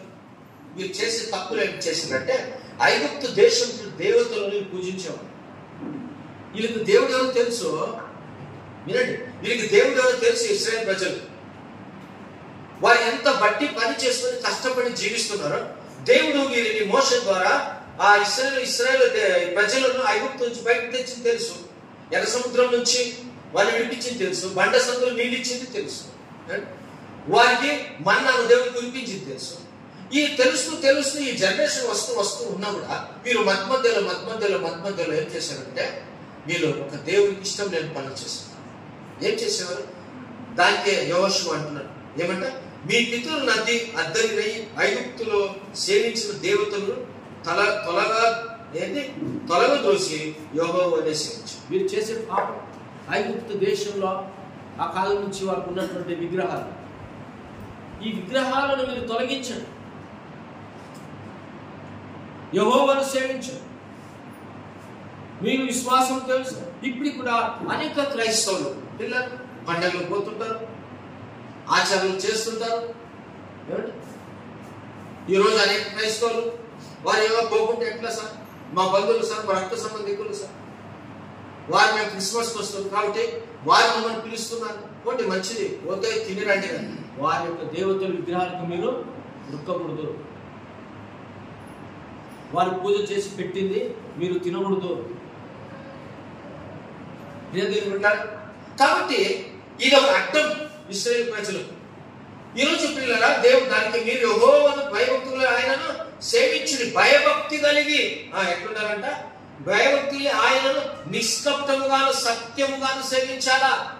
యేసు ప్రభువులో నిష్కపటం ఉండాలి, సత్యము మనలో ఉండాలి. ఇవన్నీ క్రైస్తవులకు క్షేమాకరంగా ఉండేదానికి దేవుని వాక్యాలు మనకు హెచ్చరిస్తున్నాను. మనం అన్ని చేసుకుంటాం, ఆరాధన అంటాం. మనం అసలు పరిశుద్ధమైన గ్రంథం ఉంటాం, ఆదివారం చర్చికి రావాలంటాం. ఈ రీతిగా దేవుని యందు భయభక్తులు కలగకుండా జీవిస్తున్నప్పుడు నష్టాలు వస్తాయి కానీ కష్టాలు రావు. కష్టాలు వస్తాయి, నష్టాలు వస్తాయి కానీ క్షేమంగా ఉండలేవు. కాబట్టి నువ్వు భయభక్తి కలిగి నువ్వు దేవుని సన్నిధానంలో ఆయనను నువ్వు ఆరాధించాలా, స్తుతించాలా. మరి భయభక్తి కలిగి రావాలా. మరి భయభక్తి కలిగిన వారు దేవుని బిడ్డైన మనం, దేవుడు ఏం చేస్తాడంట, మనకి ఏదైనా దేవునికి ఇష్టం లేని ఉంటే మనం దాన్ని విడిచిపెట్టి ప్రభు సన్నిధానంలో భయభక్తి కలిగి ఆయనను ఆరాధించి ఆచారము, పద్ధతులు, అమార్చులు ఇవన్నీ కూడా విడిచిపెట్టాలా. జీవం కలిగిన దేవుని మాత్రమే మనం సేవించాలి. ఓకే, సో దయచేసి వినండి. యెహోవా యందు భయభక్తులు కలిగి ఉంటే దేవుడు నీ మీద ఉంచినటువంటి ఆ గొప్ప కార్యాలను కొద్దిగా చూసుకుందాం. కీర్తన 33:19 చూడండి. కీర్తన 33:19. యెహోవా దృష్టి ఆయన యందు భయభక్తులు గల వారి మీదను, యెహోవా దృష్టి ఆయన యందు భయభక్తులు గల వారి మీదను, ఆయన కృప కొరకు కనిపెట్టు వారి మీదను నిలుచుచున్నది. చాలా యెహోవా దృష్టి ఆయన యందు భయభక్తులు గల వారి మీదను, ఆయన కృప కొరకు కనిపెట్టు వారి మీదను నిలిచి. దేవుని యందు భయభక్తి చెప్పాను. భయభక్తి అంటే ఏంటి చెప్తూ వచ్చాను, టైం లేదు. ఎట్లుండాలి భయభక్తి, ఏ రీతిగా ఉండాలి. కాబట్టి యెహోవా యందు భయభక్తులు గలవారికి ఆయన దృష్టి ఎవరి మీద ఉంటుందంట, దేవుని బిడ్డల మీద ఉంటుంది. యెహోవా యందు భయభక్తులు కాదు, దేవుని మీద భయభక్తులు కలిగిన మన మీద దేవుని దృష్టి మన మీద. మీకు తెలుసా బైబిల్లో నోహు కుటుంబం మీద దేవుని దృష్టి ఉన్నందుకు దేవుడు నోహాన్ని రక్షించాడు, పిల్లలు రక్షించాడు. మరి ఓడలు కట్టాడు. ఎందుకంటే నోహు దేవునిలో భయభక్తిగా ఉన్నాడు. ఓడ కట్టేంత వరకు కూడా ఎక్కడ కదలలేదు, భయభక్తిలో ఉన్నాడు. కాబట్టి దేవుని దృష్టి ఎవరి మీద ఉంది, నోహు కుటుంబం మీద ఉంది. మీకు తెలుసా యోనా తప్పిపోయాడు. యోనా ఏం చేసాడు, తార్షీషు పోమంటే ఎక్కడికి పోయాడు, నినేవే పోమంటే ఎక్కడికి పోయాడు, తార్షీషుకి పోయాడు. తప్పిపోయాడు, ఓడలో చిక్కున్నాడు. యోనా ద్వారా తార్షీషులో ఉన్నటువంటి ప్రజలకు ఓడలో సమస్యలు వచ్చింది, మునిగిపోయాడు. చాప ఆయన పట్టుకొని. అయితే యోనాకు ఒకటి ఉంది ఏమంటే, దేవుని భయభక్తి ఉంది. దేవుడు తన పరిచయం పిలిచాడు, తప్పించుకున్నాడు. అయితే దేవుడు విడవలేదు, మరి యొక్క ఛాన్స్ ఇచ్చాడు యోనాకు. మరి యొక్క ఛాన్స్ ఇచ్చాడు దేవుడు యోనాకు. యోనాను తిమింగలంలో చేపను రక్షించుకొని తీసుకుని వచ్చి బయట పడవేశాడు. యోనా ఏం చేశాడు, నినేవే పట్టణానికి పోయి చెట్టు కింద కూర్చున్నాడు, ప్రార్థన చేస్తున్నాడు. మళ్ళా తిరిగి మార్చుకున్నాడు. యెహోవా యందు భయభక్తులు కలిగినటువంటి యోనాను దేవుడు విడవలేదు. ఏదో తెలిసిన ఒక్కసారి తప్పించుకొని కానీ ఎక్కడికో పోవాలనుకున్నాడు, కానీ దేవుడు యోనాను పట్టుకొని వచ్చాడు. చేపల ద్వారా యోనాను పట్టుకున్నాడు. నినేవే ప్రజలకు సువార్త ప్రకటించడానికి వాడుకున్నాడు. నువ్వు ఎన్నోసార్లు ఆదివారం అంటే తప్పించుకోవాలని ప్రయత్నం చేస్తావు, ఉపాస ప్రార్థన తప్పించుకోవాలని ప్రయత్నం చేస్తావు. అసలు బైబిల్ అంటే నువ్వు ముట్టలేదు. నువ్వు దేవుని ఆరాధన ప్రార్థనలు అంటే ఎన్నోసార్లు నువ్వు తప్పించుకోవాలని ప్రయత్నం చేస్తావు. ఆధ్యాత్మిక జీవితంలో ముందుకు బ్రతకాలనే ప్రయత్నం చేయవు. అయినా దేవుడు ఇంతవరకు ఇప్పటి వరకు కూడా నిన్ను నన్ను ప్రేమిస్తున్నాడు. హల్లెలూయా. దేవుడు నిన్ను నన్ను ప్రేమిస్తున్నాడు, నిన్ను నన్ను ఆదుకుంటున్నాడు. నీకు నా కష్టాలకు దేవుడు సాయం చేస్తున్నాడు. నువ్వు తప్పిపోతున్నావు, బైబిల్ నువ్వు ముట్టకున్నా కూడా, నీకు అసలు కుటుంబ ప్రార్థన అలవాటు లేకున్నా కూడా, నువ్వు మోకాలు వంచుకున్నా కూడా ప్రభు నిన్ను నన్ను ప్రేమిస్తున్నాడు. ఎందుకు తెలిసిన నీకు ఒక ఛాన్స్ ఇస్తున్నాడు. యోనాకు కూడా దేవుడు ఏం చేశాడు, ఛాన్స్ ఇచ్చాడు. యోనా మారుమనసు పొందాడు. నినేవే ప్రజలకు సువార్తను ప్రకటించాడు. ఎందుకు, యోనాకు దేవునికి భయభక్తి వచ్చింది. దేవుడు ఆయన ప్రేమించాడు. బైబిల్ దేవుడు పెట్టిన మనం ఇటువంటి భయభక్తి కలిగి మనం జీవించాలి.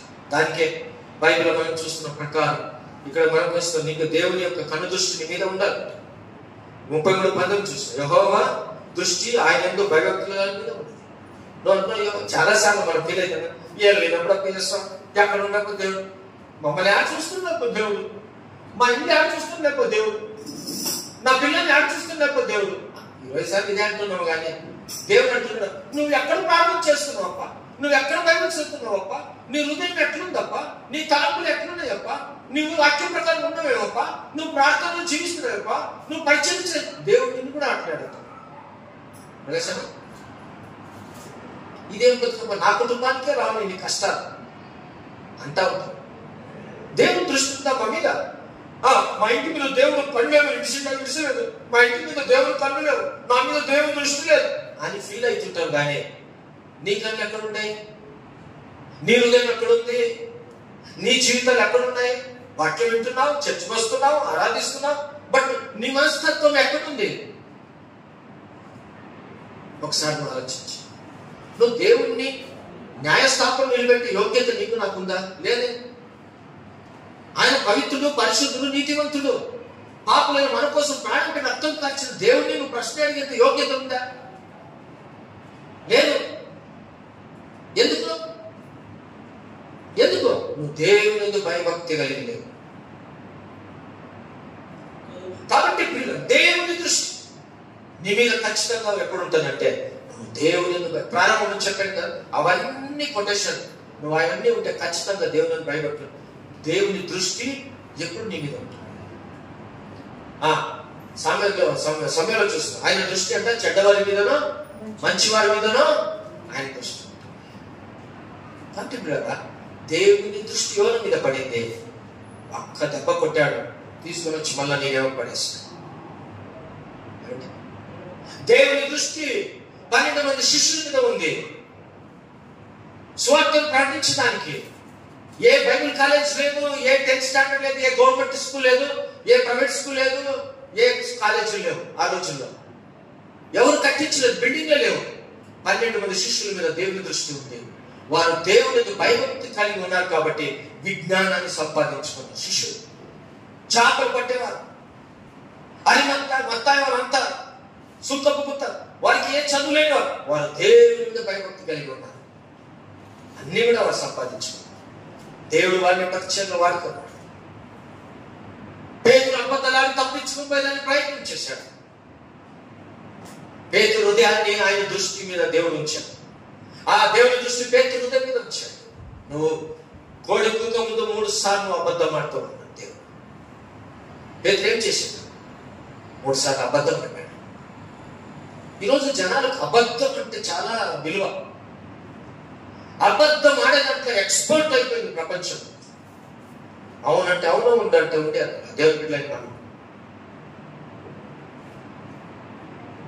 ఇవన్నీ కూడా క్రైస్తవులు బిడ్డలైన మనం భయభక్తి ఉంటే ఇవన్నీ రా. భయభక్తి ఉంటే అబద్ధం ఆడు, భయభక్తి ఉంటే బైబిల్ చదువుతావు, భయభక్తి ఉంటే బాగా వస్తావు, భయభక్తి ఉంటే ఆరాధన చేస్తావు, భయభక్తి ఉంటే ప్రభుని స్తుతిస్తావు, గణపరుస్తావు, భయభక్తి ఉంటే జ్ఞానం లభిస్తుంది, భయభక్తి ఉంటే జ్ఞానం నేర్చుకుంటావు, భయభక్తి ఉంటే నీ ధనానికి నింపబడుతుంది, భయభక్తి ఉంటే ఆరోగ్యంగా ఉంటావు, భయభక్తి ఉంటే నువ్వు సంఘంలో సేవ చేస్తూ ఉంటావు.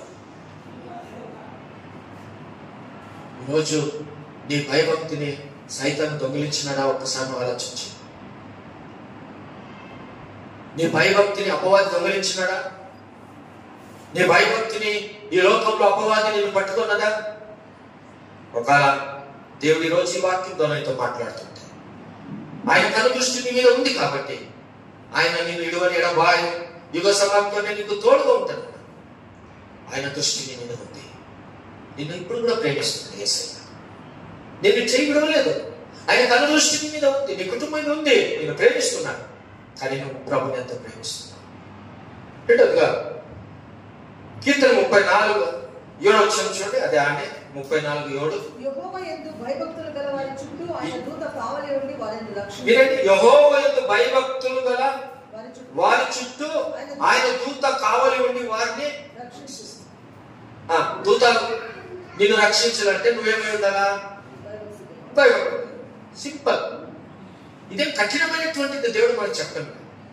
నీకు దేవదూతలు కావాలంటే, దేవదూతలు పగలు రాత్రి నీ కుటుంబంలో ఉండాలంటే, దేవదూతలు నీతో ఉండాలంటే సింపుల్ మెథడ్. నువ్వేం చేయాలి? దేవుని యందు భయభక్తి కలిగి ఉండాలి. కొర్నేలు ఇంట్లో దేవదూతలు దిగి వచ్చినారు. కోటాధీశ్వరుడు మంచి శతానికి అది బాగుంది. కొర్నేలుకి దేవుడిని నెగ్లెక్ట్ చేయలేదు. బేటకస్తు ఇంట్లో ఆస్తి అంతస్తుంది, మంచి పొజిషన్ లో ఉన్నాడు. కొర్నేలు దేవుడిని నెగ్లెక్ట్ చేయలేదు. ఎందుకు? భయభక్తి వెళ్ళడం. ఎందుకు తెలుసు? ఆయన కొర్నేలు తన ఇంటి వారు అందరూ ఏం చేసేవారంట? ఏం చేసేవారు? ప్రతిరోజు ప్రార్థన చేసేవారు. కుటుంబం ఎక్కువగా టైం ఇచ్చినాడు కొర్నేలు దేవునికి. బయట చదివాడు, ప్రార్థన చేసేవాడు, బీదలకు సహాయం చేసేవాడు.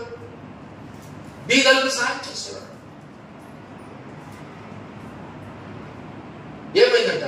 కొర్నేలుకి ఎవరు వచ్చినాడు? కనీసం మీ ఇంటికి దయ్యాలను వస్తున్నాయండి? చాలా మంది నేను అడుగుతాను ప్రశ్న. అయినా బేజారైపోయింది కొంతమంది క్రైస్తవులను చూసి. వీళ్ళు దేవునికి భయం లేదు, దయాలకు కూడా భయం లేదు. వీళ్ళంతా నాస్తికమైన క్రైస్తవులా కనబడుతున్నారు అంటుంది ప్రపంచం ఈరోజు. దేవుని భయభక్తి లేకున్నటువంటి క్రైస్తవం, వాక్యం అనే భయభక్తి లేకున్నటువంటి క్రైస్తవం. వీళ్ళ కొర్నేలింటికి డైరెక్ట్ గా దేవుడితో వచ్చింది. ఎంత గొప్ప ఆశ! నీటికి వద్ద ఆశీర్వాదాలు, నీటికి ఆశ. కొర్నేలు భయభక్తి ఉంది పాపం, ఇంకా బాప్తిసం కాలేదు. దేవుడు అంటే అంత ఇష్టం కొర్నేలుకి. తన ఇంటి వారందరికీ బోధిస్తున్నాడు. ఇంకా కొర్నేలుకి మారుమనసు బాప్తిసం లేదు. అయినా దేవుడు ఆయన హృదయాన్ని చూసి ప్రేమించాడు. దేవదూతలను పంపించాడు. ఎందుకో? ప్రతిరోజు కొర్నేలు తన ఇంటిలో ఉపవాసం ఉండి ప్రతిరోజు గంటల తరబడి ప్రార్థన చేసి తర్వాత పనికి పోయేవాడు, పని చేసేవాడు. ఏంటి ఈరోజు నువ్వు నేను నీ ఆఫీస్లో నుండి పనుల్లో ఉండే కదా ఎట్లుండాలి? మనం భయభక్తి కలిగి మనం ప్రార్థనలో కాలం గడపాలి, ప్రార్థనలు చేయాలి. దేవునికి సమయం వచ్చిన ప్రభును అనుకోవాలా. దేవదూతలు నీ కానికి వస్తారు. దేవదూతల గురించి చెప్తుంటే ఎప్పుడో చెప్తారు. దేవదూతలు ఎంత మంచి సేవ చేస్తున్నారు, ఎంత మంచి శక్తివంతులు చూస్తారు. ఈరోజు దేవదూతలు నువ్వు భయభక్తి కలిగి ఉంటే ఏమంటారు? ఎవరు వస్తారంటే నీకు ఏం తొందర కదా, ఆయన దూత కావలి ఉండి వారిని రక్షించారంటే నీకు వచ్చే రోగంలో నుంచి, నీకు వచ్చే యాక్సిడెంట్ల నుంచి, నీకు వచ్చే ఆర్థిక ఇబ్బందుల నుంచి, నీకు ఎదురయ్యేటువంటి బంధువులు స్నేహితుల నుంచి వచ్చే శోధన నుంచి దేవుడు నిన్ను రక్షిస్తాడు. నువ్వు భయభక్తి కలిగి ఉంటే దేవుడు దూతలు నీతో ఉంటారు. చాలాసార్లు మనం పొద్దున్న లేసి సాయంత్రం ప్రార్థన ಮಾಡ್ತೀವಿ ಅಲ್ಲ, ಕಾಮನ್ ಎಲ್ಲರೂ ಪ್ರಾರ್ಥನೆ ಸ್ವಾಮಿ ಮಲಗಬೇಕಾದ್ರೆ ಎಲ್ಲರಿಗೂ 99.9% ಮಾಡೇ ಮಾಡ್ತಾರೆ. ಯೇಸುವೇ ಸ್ವಾಮಿ ಕರ್ತನೇ ಮನೆ ಸುತ್ತಲೂ ನಿನ್ನ ದೇವದೂತನ ಕಾವಲಿಟ್ಟು ಕಾಪಾಡಪ್ಪ, ನೀನು ರಕ್ತ ಮುದ್ದೆ ಸ್ವಾಮಿ ದೇವಾ ಯೇಸುವೇ ಸ್ತೋತ್ರಪ್ಪ. ನನ್ನ ಚರ್ಚ್ ಹೋಗ್ಲೇನು ಪರವಾಗಿಲ್ಲ, ಆರಾಧನೆ ಮಾಡ್ಲೇನು ಪರವಾಗಿಲ್ಲ, ಕಾಣಿಕೊಳ್ಳೇನು ಪರವಾಗಿಲ್ಲ, ನಿನ್ನ ದೇವದೂತನ ಮಾತ್ರ ಬೇಕು ಸ್ವಾಮಿ, ಆಮೇಲೆ. ಎಲ್ಲರೂ ಕಾಮನ್. ಯಾಕೆ ಹೆದರಿಕೆ? ಬೆಳಿಗ್ಗೆ ಸೆಟ್ಲ್ ಆಗ್ತೀವ, ಸೆಟಪ್ ಆಗ್ತೀವ, ಏನಂತ ಗೊತ್ತು ಹೆದರಿಕೆ. ಅದಕ್ಕೆ ದೇವದೂತನ ಕಾಲಿಡಪ್ಪ, ನನ್ನ ಮನೆ ಒಳಗೆ ಮರಣ ಬರಬಾರ್ದು, ನನ್ನ ಮನೆ ಒಳಗೆ ಯಾವ ದುಷ್ಟಶಕ್ತಿ ಬರಬಾರ್ದು. ದೇವ್ರಿಗೆ ನಾವು ಆಜ್ಞೆ ಕೊಡ್ತೀವಿ, ದೂತರಿಗೆ ನಾವು ಆಜ್ಞೆ ಕೊಡ್ತೀವಿ. ನಾವು ಭಯಭಕ್ತಿಯಿಂದ ಇದ್ದೀವಿ. ಮತ್ತೆ ಬೈಬಲ್ಗಳನ್ನು ದಿನನಿತ್ಯ ಗಂಟೆಗಳನ್ನ ಓದ್ತಿದೀವ, ಪ್ರಾರ್ಥನೆಗಳನ್ನು ಮಾಡ್ತಾ ಇದೀವ. ಜಸ್ಟ್ ಇಮ್ಯಾಜಿನ್, ಥಿಂಕ್ ಮಾಡು. ದೇವ್ರಂದ್ರೆ ಏನು ಗೊತ್ತಾ? ನಿನ್ ಕೈಯಲ್ಲಿ ಇರೋ ಕ್ರಿಕೆಟ್ ಬಾಲ್ ಅನ್ಕೊಂಡ, ಏನಾದ್ರು ಕ್ರಿಕೆಟ್ ಬ್ಯಾಟ್ ಅನ್ಕಲ್ವಾ? దేవుడు అంటే యేసు ప్రభు అంటే నువ్వు బాల్ వేస్తే యేసు ప్రభు కొట్ట 6 అంటే కొట్టేదానికి, నువ్వు బాల్ వేస్తే కొట్ట 4 అంటే కొట్టేదానికి. అసలు నువ్వు ఎవరు? మట్టితో చేయబడిన మనిషివి నువ్వు. నేను దేవుని ఆజ్ఞలు మీరిపోతున్నావు, దేవుని ఇష్టంతో బ్రతుకుతున్నామా, భయభక్తితో జీవిస్తున్నామా?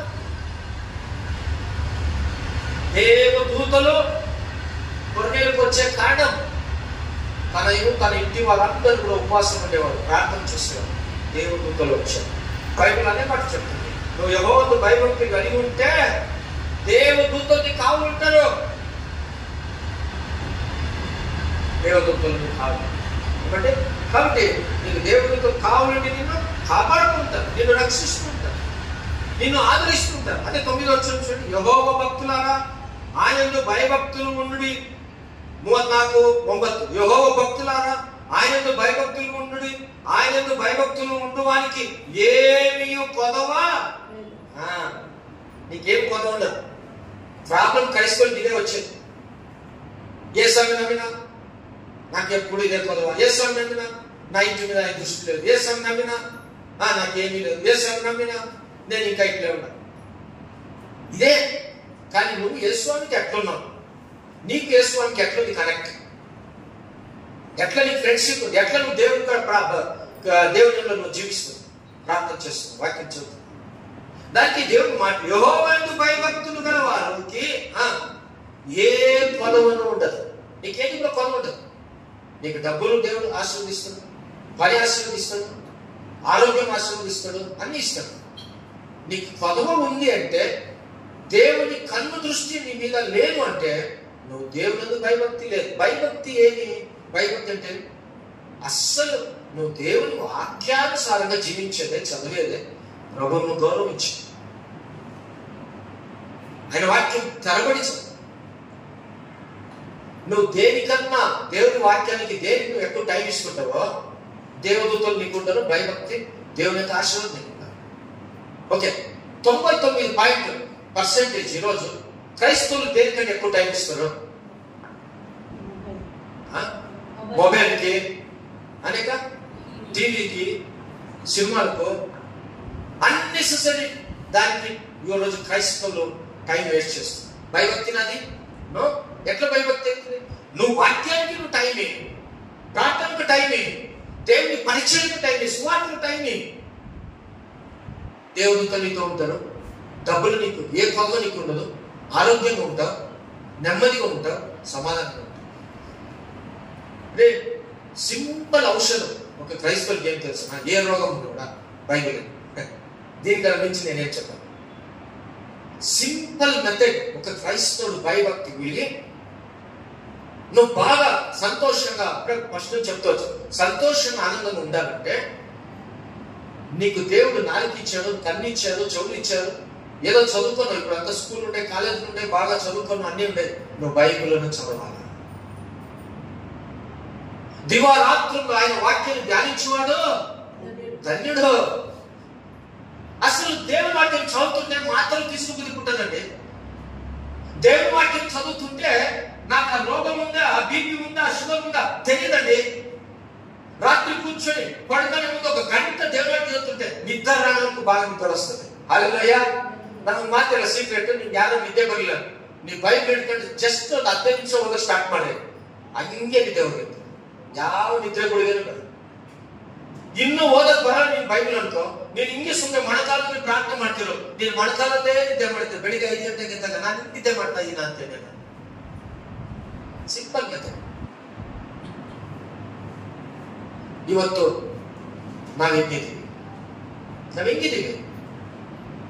ಎಷ್ಟು ದೇವರ ವಾಕ್ಯ ನಿನ್ನ ಹೊಟ್ಟೆಯೊಳಗೆ ಹಾಕಂತೀಯ ಅಷ್ಟು ಶಕ್ತಿ ಬರುತ್ತೆ, ಅಷ್ಟು ಆರೋಗ್ಯ ಬರುತ್ತೆ, ಅಷ್ಟು ನೀನೇನಂತೀಯ ಭಯಭಕ್ತಿಯಿಂದ ಜೀವಿಸ್ತೀಯ. ನೀನು ಎಷ್ಟು ವಾಕ್ಯಗಳು ಕಂಠಪಾಠ ಮಾಡ್ತೀಯೋ, ನನಗೆ ಆಗಲ್ಲ, ನೀನು ಎಷ್ಟು ಕಂಠಪಾಠ ಮಾಡ್ತೀಯೋ, ನೀನು ಹೋಗ್ಬೇಕಾದ್ರೆ ದೇವರ ವಾಕ್ಯಗಳು ನೀನು ಕಂಠಪಾಠ ಮಾಡಿದ್ರು, ನೀನು ಮಾತಾಡ್ಕೊಂಡು ನೀನು ದೇವರ ವಾಕ್ಯ ಎಷ್ಟು ಕಂಠಪಾಠ ಮಾಡ್ತೀಯ ಅಂತ ಆಸೆ. నమస్సు ముంచే అట్లే దేవుని ఎందు భయభక్తులు ఏంటి? ఆయన దేవుని దూతలు దేవుని దూతలు ఏమంట? ఆయనకు తోడుగా ఉండి నడిపిస్తాడు. నీ కోరికను దేవుడు నెరవేరుస్తాడు. నేను ముగిస్తున్నాను. యెహోవాయందు భయభక్తులు వారి కోరిక దేవుడు మాట చూస్తామా? కీర్తన 14వ కీర్తన 5వ వచనం చదవండి. 14వ కీర్తన 5వ వచనం. ఎందుకనగా దేవుడు నీతివంతుల సంతానం పక్షంలో ఉన్నాడు, బాధపడి వారి ఆలోచనలు అదేనా? చదువు. 14 కీర్తనలు 14 సారీ 145 19. 145 19.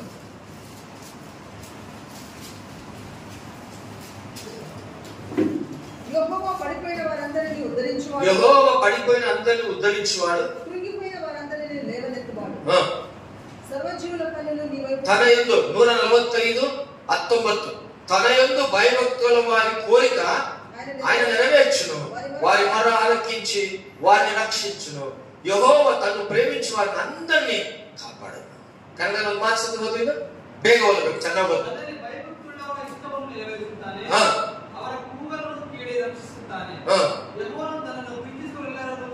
ಸಾಕು. ನನಗೆ ಕಾಪಾಡಲ್ಲ ಯೇಸು. ಯಾಕೆ ಕಾಪಾಡ್ತಾನೆ? ನೀನ್ ದಿನ ಕುಡಿತಿದ್ಯಾ, ದಿನ ಜಗಳ ಆಡ್ತಿದ್ಯಾ, ದಿನ ಬೈಬಲ್ ಮುಟ್ಟಲ್ಲ, ದಿನ ಪ್ರಾರ್ಥನೆ ನೀನು ಊರು ಸುತ್ತೀಯ, ಎಲ್ಲದಕ್ಕೂ ಟೈಮ್ ಇರುತ್ತೆ, ನನಗೆ ದೇವ್ರು ಕಾಪಾಡೋಲ್ಲ. ಯಾಕೆ ಕಾಪಾಡ್ತಾನೆ ದೇವ್ರು? ಕಾಪಾಡಲ್ಲ. ಹಾಗಾದ್ರೆ ದೇವ್ರ ವಾಕ್ಯ ಏನ್ ಹೇಳುತ್ತೆ? ನೀನು ಕಾಪಾಡಬೇಕು ಅಂದ್ರೆ, ನೀನು ಕಾಪಾಡ್ಬೇಕಂದ್ರೆ ಏನ್ ದೇವ್ರ వాక్యం ಹೇಳ್ತದೆ? ఏం చెప్తుంది? తన యందు ఏం చెప్తుంది? తన యందు భయభక్తులు గల వారిని ఆయన నేర్పుడు. ఇక్కడ ఈరోజు యెహోవా తన్ను ప్రేమించు వారిని అందరినీ, యెహోవా తన్ను ప్రేమించువారు. నువ్వు దేవుని ప్రేమిస్తున్నావు? మళ్ళీ దేవుని ప్రేమిస్తే ఏమో యేసుప్రభు ఫోటో పెట్టి నువ్వు రోజు ముందు టెంకాయ కొట్టి నువ్వు దానికి పెద్ద పున్నారు వేసి 40 సార్లు వాడు శుద్ధి చేసేది కాదు దేవుడు అడిగేది. నీవు దేవుని యేసును ప్రేమిస్తున్నావా? వాక్యాన్ని ప్రేమిస్తున్నావా? ప్రార్థనలు ప్రేమిస్తున్నావా? సంఘాన్ని ప్రేమిస్తున్నావా? ఇచ్చేదంతా ప్రేమిస్తున్నావా? సేవను ప్రేమిస్తున్నావా? ఆరాధించదని ప్రేమిస్తున్నావా? ఏ ప్రేమ నీకు దేవుని మీద ఉంది? నువ్వు దేవుని ప్రేమిస్తే దేవుడు ఎవరైనా బయటకు పోతున్నాడు భిక్షగాడు, అమ్మా అని అడుగుతూ ఉంటాడు. నేనేం చేస్తాను? దగ్గరికి పోతాను, చూస్తాను, ఏమి 3 రోజులు ఆయన అనుకోండి ఏం చేస్తాను. కాబట్టి ఆయన మీద నాకు ఏం పుడుతుంది? జాలి కలుగుతుంది, ప్రేమ కలుగుతా ఉంటుంది. ఎందుకు? ఆయన అడిగినాడు, కోరుకున్నాడు, నా కాడ ఉంది కాబట్టి నేను ఆయనకి ఏమి ఇవ్వాలో తెలుస్తాను. ఈరోజు నువ్వు దేవుని అడుగుకుంటున్నావా? బైబిల్ ఎన్నిసార్లు పట్టుకుంటున్నావు? ఎన్ని గంటలు పట్టుకుంటున్నావు? ఎన్నిసార్లు నువ్వు ప్రార్థిస్తున్నావు?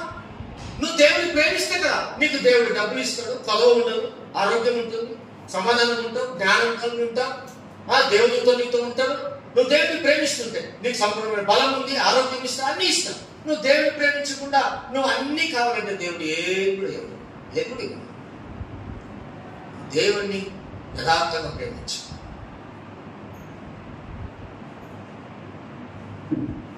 ఈరోజు అంబేద్కర్ జయంతి అనుకుంటా. బహుశా సంవిధానాన్ని ఆయన ఏం చేశాడో ఆ సంవిధానాన్ని తిద్దుబడి చేయాలని కూర్చొచ్చాడు బీజేపీ పక్షం. ఆల్మోస్ట్ 395-400 వాళ్ళ సీట్లు గెలిచిందంటే అంబేద్కర్ సంవిధానం అంతా ఉల్టా చేయాలని కూర్చుంది. ఈరోజు లోకమంతా ఎక్కడ టీవీలో చూసినా దయచేసి మోదీ గెలిపే కాకుండా తీసుకురా, అంబేద్కర్ సంవిధానాన్ని చేంజ్ చేస్తున్నాడు.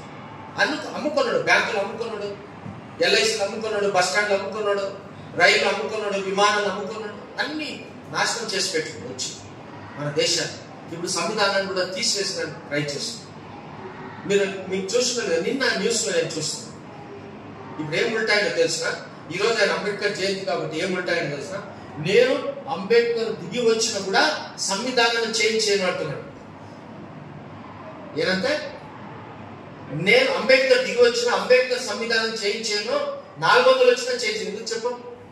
వాడు సోలిపోతాడు, గ్యారెంటీ అయిపోయింది. ఈవీ విషయంలో అన్ని కూడా ఇప్పుడు పార్లమెంట్ అంతా కంప్లైంట్ చేసినారు, ఏమంటే కోర్టు చేసినారు, మోసం చేసి ఈవీ విషయంలో అన్ని తెలిసినారు. ఇప్పుడు వాడికి తెలిసిపోయింది నేను 100 కూడా రానికి సోలిపోతున్నాను. ఇప్పుడు ఏం ఉంటాయిందో ఈరోజు అంబేద్కర్ జయంతిలో కూడా చెప్తాను, ఏం ನಾನು ಅಂಬೇಡ್ಕರ್ ಸಂವಿಧಾನ ಚೇಂಜ್ ಮಾಡಲ್ಲ, ಎಲ್ಲ ಸುಳ್ಳು ಹೇಳಿ ನನ್ನನ್ನ ಉಚ್ಚರಿಸಿದ್ದಾರೆ ಅಂದ್ರೆ ಎಷ್ಟು ಸುಳ್ಳು ಹೇಳಿ ಎಲ್ಲಾದ್ರೂ ಮಾಡೋದು ಮತ್ತೆ ಗೆಲ್ಬೇಕು. ಜನ ಮೂರ್ಖರು, ವಿರೋಧ ಪಕ್ಷ ಬೇರೆಯವರೆಲ್ಲ ಹೇಳ್ತಾರೆ, ಅವ್ರು ಏನೇನು ಹಳೆ ಹೇಳಿದ್ದೆಲ್ಲ ಹೊರಗಿರ್ತಾರೆ. ನಾನು ಯಾಕೆ ಈ ಮಾತು ಮಾಡ್ತೀವಿ ತಂದೆ ಅಂತ, ಇವತ್ತು ನಾವು ಏನು ಬಿತ್ತುತ್ತೀವೋ ಅದನ್ನೇ ನಾವು ಕೊಯ್ತೀವಿ. ಇವತ್ತು ನಾವು ಪ್ರೀತಿ ಮಾಡಿದ್ರೆ ದೇವರನ್ನು ಪ್ರೀತಿ ಮಾಡ್ತಾರೆ. ಇವತ್ತು ನಾವು ದೇವರ ಸಂವಿಧಾನದ ಈ ವಾಕ್ಯವನ್ನು ನಾವು ಸರಿಯಾಗಿ ಇಟ್ಕೊಂಡ್ರೆ ಖಂಡಿತವಾಗಿಯೂ ದೇವರು ನಮ್ಮನ್ನು ಆರೋಗ್ಯ, ಆಯುಷ್, ಬಲ, ಶಕ್ತಿ, ಆರ್ಥಿಕ ಎಲ್ಲವೂ ನಮ್ಮ ದೇವರು ಕೊಡ್ತಾರೆ. ನಾನು ముగిస్తా ఇది. దానికనే ఏమంట ఆయన దేవుని వాక్యాన్ని మనం చూస్తుంటే ఏమంటే 149లో ఏం చూసాం, తన యందు భయభక్తులు గలవారి కోరిక ఆయన నెరవేర్చు. నీ కోరిక నెరవేరాలంటే ప్రభువును భయభక్తి. నీకు ఎంతమంది మోసం చేసినా, నేను ఎంతమంది కన్నీళ్ళు విడిపించిన, నీకు ఎన్ని సమస్యలు వచ్చినా, నువ్వు దేవుని యందు భయభక్తి కలిగి ఆయన ఒక్కటే. ఎందుకంటే ఆయన అద్వితీయుడు, నీతిమంతుడు, అబద్ధములు లేని దేవుడు, యథార్థవంతుడు, పరిశుద్ధుడైన దేవుడు. ఆయన నువ్వు ప్రేమించి యేసునందు భయభక్తి కొట్టావు, నిన్ను దేవుడు ఉద్ధారం చేస్తాడు, దేవుడు నిన్ను ఆశీర్వదిస్తాడు, నిన్ను గొప్ప స్థానానికి తీసుకొని వస్తాడు. కాబట్టి ఆయన ప్రేమించు వారిని కాపాడతాడు. ఏ విషయంలో కాపాడతాడు? నీకు ఏది తొందర ఉందో ఆ తొందర నుంచి ఆయన నేను కాపాడతాడు. హల్లెలూయా. నీకు డబ్బు తొందరగా కాపాడతాడు, ఆరోగ్యం తొందరగా కాపాడతాడు, నీకు పనిలో తొందరగా కాపాడతాడు, నీకు ఏ తొందరగా ఆయన కాపాడతాడు. కానీ దేవుడు నీకు ఆజ్ఞ ఇస్తున్నాడు, నువ్వేం చేయాలంట? దేవుడిని ప్రేమించాలి. అయితే భక్తిహీనులందరినీ ఆయన నాశనము. ఇప్పుడు నాశనం అయ్యేది ఎవరు? ಯಾರಪ್ಪ? ಭಯಭಕ್ತಿಗಳು. ಭಕ್ತಿಹೀನರು ಹೆಂಗೆ ನಾಶನ ಆಗ್ತಿರ್ತಾರೆ? ಒಂದ್ ಕಡೆಯಿಂದ ದೇವ್ರು ಏನೋ ಸಮಸ್ಯೆ, ಆರ್ಥಿಕ ಇಬ್ಬಂದಿ, ಶೋಧನೆಗಳು, ಕಷ್ಟಗಳು, ಒಂದ್ರ ಮೇಲೆ ಒಂದು ಬಾಧೆಗಳು, ಮನೆಯಲ್ಲಿ ಸಮಾಧಾನ ಇಲ್ಲ, ಹೊರಗಡೆ ಸಮಾಧಾನ ಇಲ್ಲ, ಇವೆಲ್ಲ ಒಂದೊಂದೇ ನಾಶನ ಆಗೋ ಕಾರಣ ಏನು ಅಂದ್ರೆ ದೇವರು ನಿನ್ನನ್ನು ಎಚ್ಚರಿಸ್ತಾ ಇದ್ದಾರೆ. ಅದೇ ದೇವ್ರು ನಿನ್ ಜೊತೆಗಿದ್ದು ಕಾಪಾಡ್ಬೇಕು ಅಂದ್ರೆ ನಿನಗೆ ಎಷ್ಟೇ ತೊಂದರೆ ಬಂದ್ರು, ಯೋಗನಾಗಿ ನಿನ್ಗೆ ಎಷ್ಟೇ ಸಮಸ್ಯೆ ಬಂದ್ರು, ಯೋಗನ ನೀನೇನ್ ಮಾಡ್ಬೇಕಂದ್ರೆ ದೇವರನ್ನು ಭಯಭಕ್ತಿ.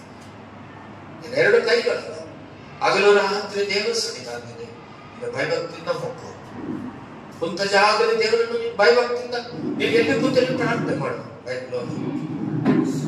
ಯೆಹೋವನಲ್ಲಿ ಭಯಭಕ್ತಿ ಉಳ್ಳವರು ಆತನನ್ನು ಸ್ತುತಿ ಸ್ತೋತ್ರ ಮಾಡ, దేవుడిని ఘనపరచు. కాబట్టి మనం పరసంబంధమైన ఆశీర్వాదం రావాలంటే మనం దేవుని యందు భయభక్తి కలిగి ఉండాలి. మేలు కలగాలంటే దేవుని యందు భయభక్తి కలిగి ఆయన ధన్యకరమైన జీవితం నీకు ఉండాలంటే 125 కీర్తన 4 వచనం చూడండి. నీకు ధన్యురాలు నువ్వు, నీ కుటుంబం అంత ధన్యం. కాబట్టి నువ్వు దేవుని యందు భయభక్తి కలిగి జీవించడానికి ప్రయత్నించి, ఆయన యందు భయభక్తులు కలిగి స్తుతించి ఆరాధించడానికి ప్రయత్నించి. నువ్వు ఆరాధిస్తే చాలు అని దేవుడు ఇష్టపడు. భయభక్తి కలిగి దానికే కొన్నేళ్ళు నేను ఎగ్జాంపుల్ చేశాను. కొన్నేళ్ళతో ఇంకా బాధ్యసం కాలని అనుకోలేదు, అంత భయభక్తి ఉంది. దానికి దేవుడితో వచ్చారు వాళ్ళ ఇంటికి, వారి కుటుంబాన్ని కొన్నేళ్ళు జీవితాన్ని మార్చారు.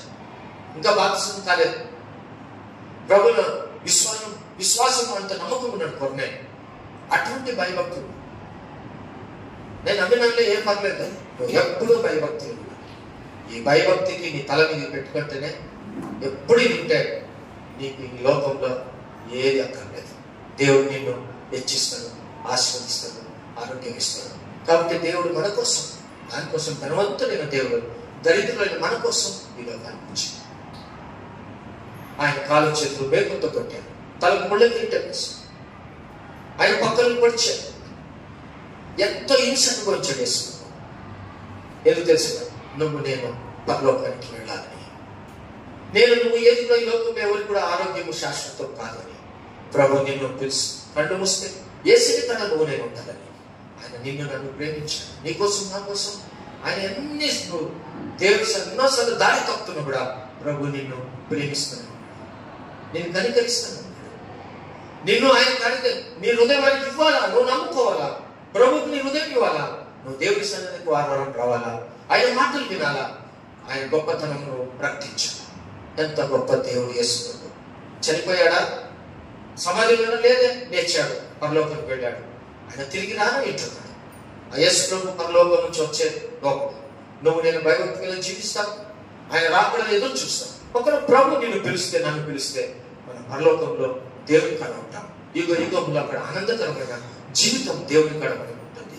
అటువంటి జీవితం ధన్యకరంగా ఉండాలంటే భయభక్తి కలిగి ఈ రోజు నుంచి ప్రభు కోసం ఏదో ఒక పని చేస్తూ, ఆయన వాక్యంలో ప్రార్థన సాహసం, ప్రభు కోసం ఎప్పుడు విజ్ఞానాన్ని దేవుడు నీకు ఇస్తాడు. చదువుతూ ఉంటే అది పొందుకొని ప్రభు కోసం జీవించు.